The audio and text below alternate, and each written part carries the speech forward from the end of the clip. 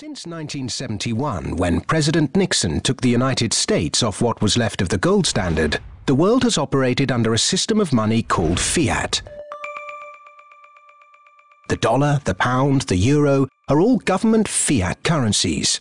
Fiat is a Latin word meaning let it be so. It is the law that this government currency be money. Indeed, without that legal enforcement, and the fact that we must pay taxes in this money, that dollar bill or that computer digit that represents a dollar would be pretty much meaningless. Only the government has the power to issue fiat money, but banks can create it through lending. If somebody wants to borrow $10, a bank can create it from nowhere and lend it. It can then charge interest. Banks also create money by lending against an asset, such as a house. They're given the deeds to the house, and they create the money out of nowhere and lend it, at interest of course. Over the last 40 years, since this fiat system of money became the global norm, the supply of money has grown exponentially. In fact, we've seen the greatest growth in the supply of money in history. But who benefits? Of course, those that have the power to issue money, governments and banks. They haven't had to do anything productive, they just create money. Then those companies and individuals that get this money early.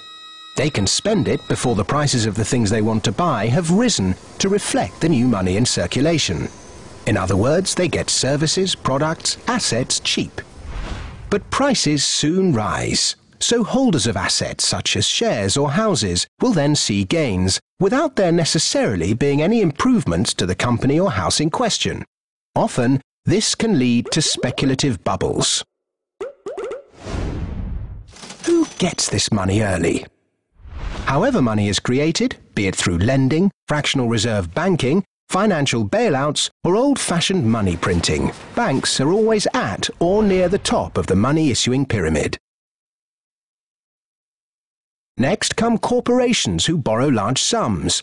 Those on lucrative government contracts for new ventures, particularly overseas, banks' associate companies and partners, those that borrow early and at low rates, and the bank's senior employees. They all quickly get their share of the pie. In some cases, this will come in the form of bonuses. But what about those at the bottom of the pyramid? Those on fixed wages or incomes, those who live in remote areas, or those with savings? By the time this newly created money has filtered down to them, the prices of the things they want to buy have increased. Their savings buy them less, however, and their wages remain largely unchanged. In some cases, they have to take on debt just to be able to afford the things they were previously able to buy, which means they have to go back to the banks. In reality, this process of creating money only redistributes wealth from the bottom to the top of the pyramid, and thus that ever-increasing gulf between rich and poor gets bigger and bigger and bigger.